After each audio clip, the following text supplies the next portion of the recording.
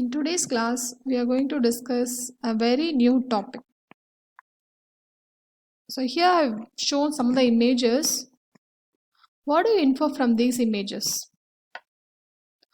Here, emotions, in chemistry terms, we can say it as reactions. And in the next image, you can able to see reactions going in a beaker and someone is drawing a graph between time versus amount of product. In the third picture, slow reaction, fast reaction, and the other one is time response. So any idea about this unit? Yes, it is kinetics. This unit is divided into two topics. One is kinetics and the other one is thermochemistry. In the first part, we will discuss kinetics. So the CO of this unit is develop basic concepts of kinetics and thermochemistry. So this lecture explains or gives you idea about basics on kinetics. What are we going to discuss in this unit? See here a reaction goes. The violet color ball is considered as a reactant and the green color ball is considered as a product. Initially, when the time is 0, the reactants didn't react. It is as in the case of reactants only. After a time goes to 10 minutes, nearly 30% of the reactant is converted into products. After 15 minutes, nearly 50% of the reactant is converted into products. And after 20 to 25 minutes, 70% of the reactant is converted into product. And after half an hour, nearly 90 to 95% of the reactant is converted into products. So this is otherwise called as chemical kinetics. It is a study of reaction rates, the change in the concentration of reactants or products as a function of time. It gives a quantitative relationship through the derivation of rate law. It can reveal much about mechanism of a reaction. A very basic topic, reaction rate. Here you can see three different images. In the beaker, you have 1 mole of reactant A and 0 mole of B, product B. After 20 seconds, nearly 0.54 mole of A is there in the beaker and 0.46 mole of B is there in the beaker. And after 40 seconds, nearly 0.30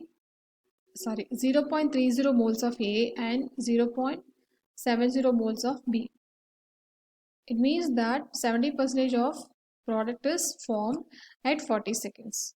So it can be defined as the rate of reaction can be determined by monitoring the change in concentration of either reactants or products as a function of time t. The reactant concentration is to be right like this. In the square bracket, it has to be right. So here A is the concentration of reactant. So how do you write reaction rate?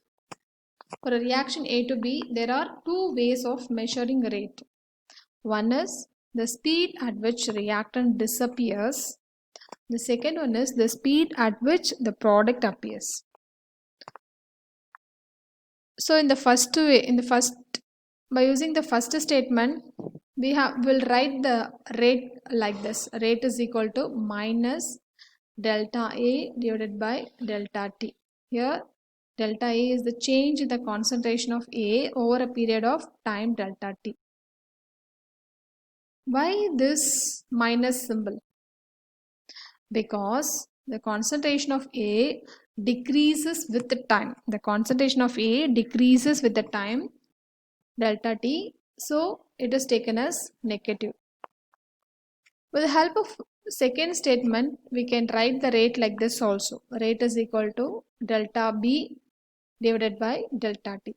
So delta B is nothing but the change in the concentration of B over a period of time delta T. The unit is mole per liter per second. We know the unit of concentration is mole per liter and S is for time. So the rate unit becomes mole per liter per second. The next is how to write these kind of reactions rate. So it is having a stoichiometry. So A moles of A, B moles of B reacts together and forms product C moles of C and D moles of D.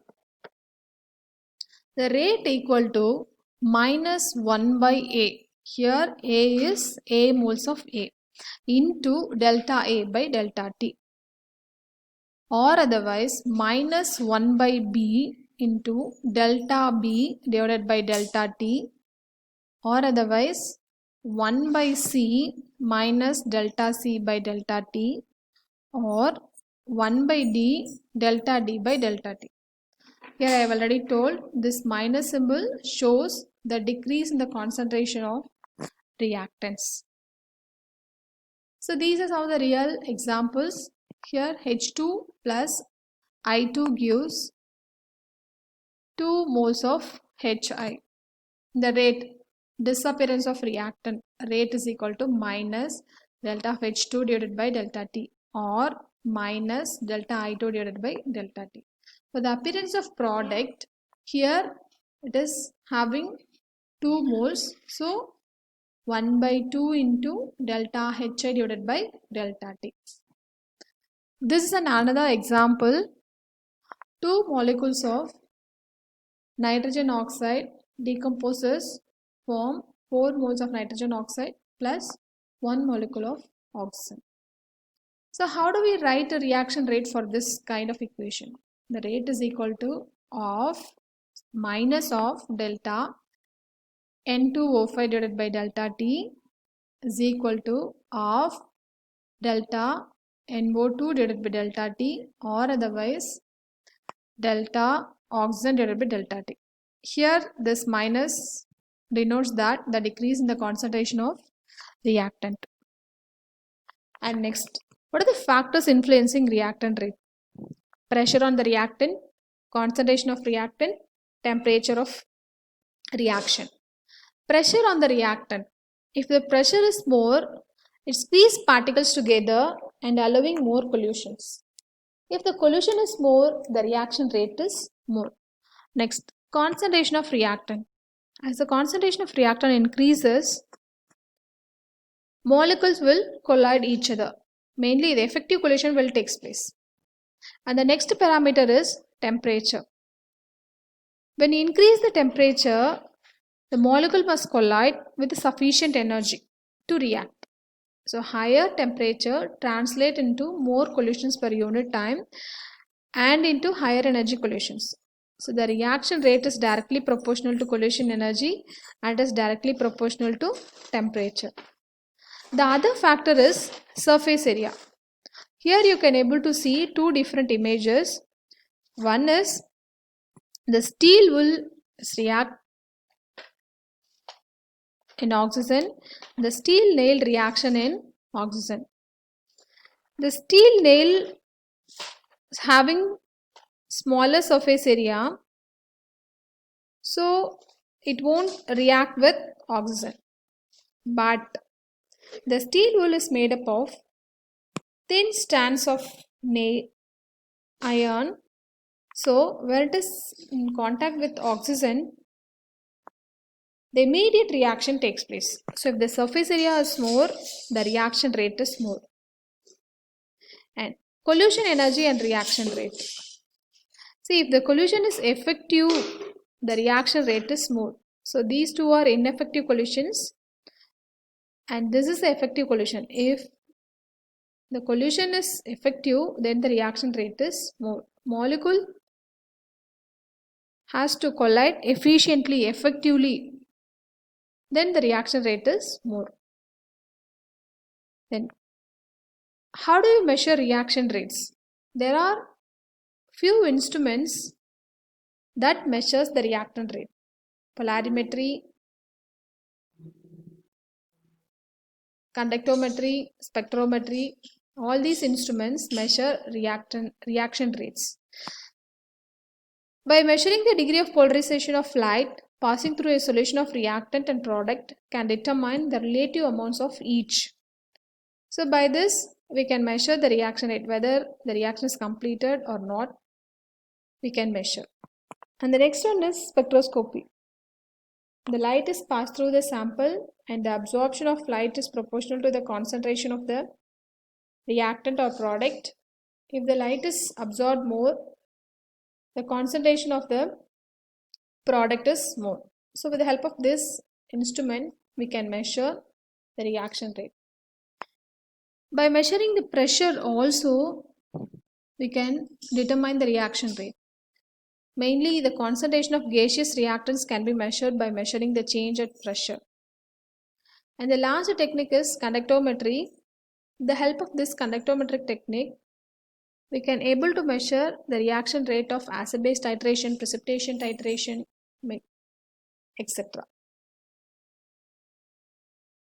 And the next topic is rate law. The rates of reaction often depends on the concentration of one or more reactant.